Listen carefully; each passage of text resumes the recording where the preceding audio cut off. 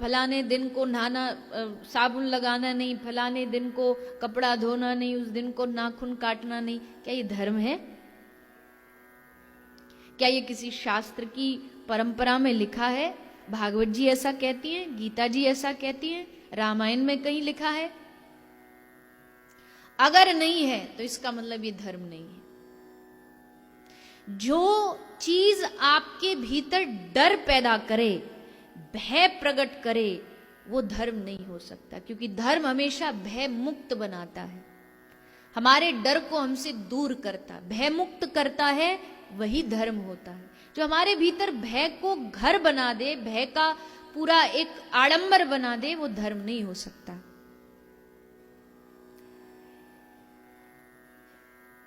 इसलिए कोई भी बात मानने से पहले, कोई भी बात पर चलने से पहले उसको 100 बार समझिए, उसको 100 बार शास्त्रों में देखिए। अगर वो शास्त्रों के द्वारा बताई गई बात है तो ही उसको मानिए, अन्यथा वो धर्म नहीं है, वो अंधविश्वास है। मुझे माफ करना, पर आज का समय ऐसा चल रहा है कि धर्म से ज्यादा लोग अंधविश्वास की दौड़ में दौड़ रहे हैं। जहां उनको जो थोड़ा सा उनके दुखों से छुटकारा, दुखों से मुक्ति का रास्ता बता दे, उन्हें लगता है यही धर्म है। लेकिन दुखों से छुटकारा धर्म नहीं है, विपत्तियों से मुक्ति मिल जाना धर्म नहीं है, अंधविश्वास धर्म नहीं है। किसी ने तुमको कह दिया तुम्हारा समय खराब है, दिन खराब है, फलाना ताबीज बांध लो, फलाना ये अंगूठी पहन लो, ये वस्तु पहन लो, और हम उसको पहन करके हमें लगता हमारा समय अच्छा आ जाएगा, हमारे दिन अच्छे आ जाएंगे।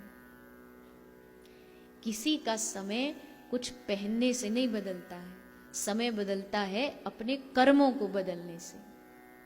कर्म बदलेंगे तो समय भी अपने आप बदलेगा, कर्म अच्छे होंगे तो भविष्य भी अपने आप अच्छा होगा।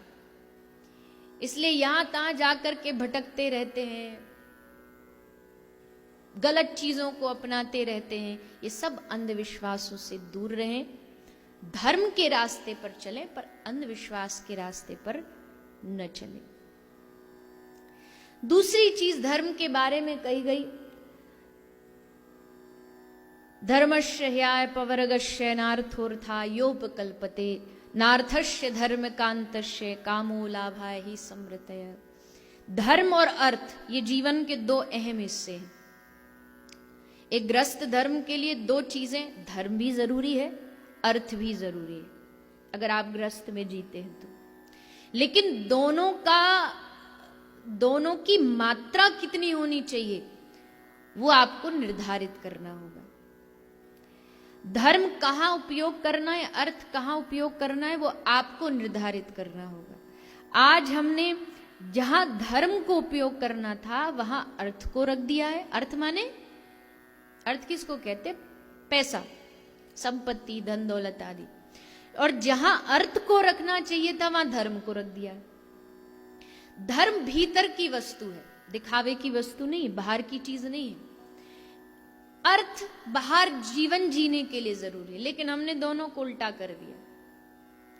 धर्म को दिखावे की वस्तु बना दिया और अर्थ जो है माने जो धन है उसको अपने जीवन में, अपने चित्त में, अपने मन में घर बना लिया।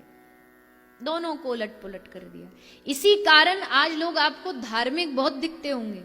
आज से पहले इतनी 10, 15, 20 साल पहले वृंदावन में इतनी भीड़ नहीं होती थी जितनी आज होती है। बेचारे बिहारी जी के मंदिर वाले माथा पकड़ के बैठे, कहां से संभाले भीड़ को, इतने लोग। और केवल वृंदावन की बात नहीं, कहीं दुनिया के किसी तीर्थ में चले जाए भीड़ घटी नहीं है, भीड़ बढ़ी है। इसका मतलब धर्म बढ़ा है, धर्म घटा नहीं है। लेकिन उनमें ज्यादा जो मात्रा है वो उन लोगों की है जो धर्म को बाहर की वस्तु समझने लगे। जैसे कोई बिना पढ़ा लिखा आदमी डॉक्टर के पास गया, उसको खुजली की बीमारी थी, तो डॉक्टर ने उसको 2 बोतल दी दवाई की।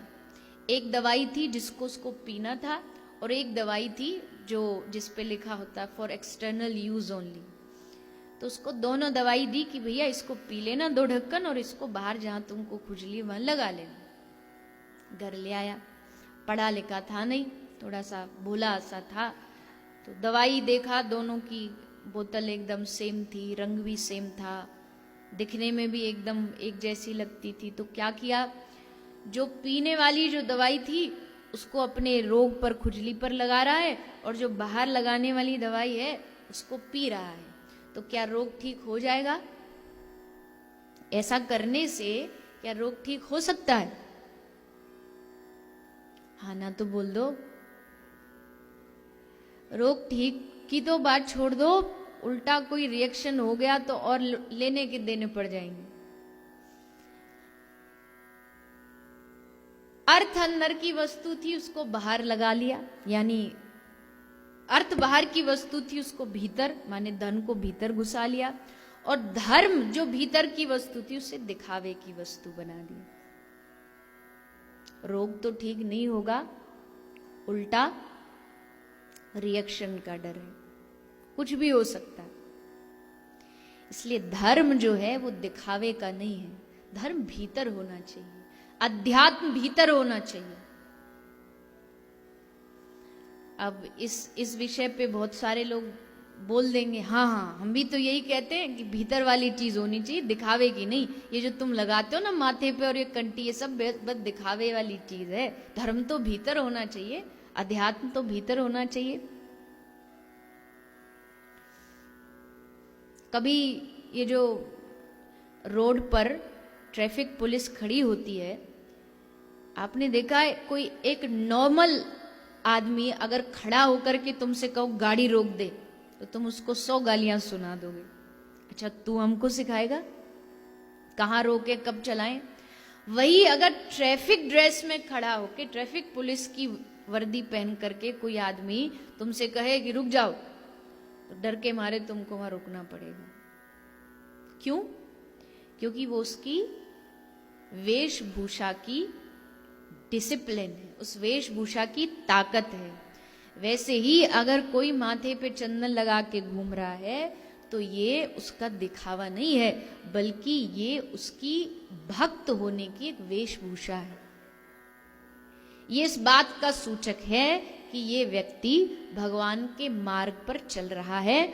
और उस वेशभूषा को देख करके, जैसे आप अपनी गाड़ी रोक देंगे कि भैया पुलिस वाला है, बेकार में लेने देने पड़ेंगे, वैसे ही किसी के माथे पर चंदन हो, गले में माला हो, तो ये जितने भी पाप घूमते हैं ना सबको पकड़ने के लिए, इसको पकड़ें इसको पकड़ें, वो पाप भी देख करके एकदम दूर खड़े हो जाएंगे कि नहीं, इसको नहीं छूना, इसको नहीं स्पर्श करना, इसको छूने की ताकत हमें नहीं है। दूर खड़े होकर के पाप भी हाथ झुका के प्रणाम करेंगे। इसलिए इस चीज को दिखावे में मत लाइए, ये दिखावा नहीं है। दिखावे से मेरे कहने का मतलब है कि जहां हम जितना अपने आप को भक्त बाहर दिखाते हैं, उतना हमारे हृदय में भी भक्ति का स्थान होना चाहिए।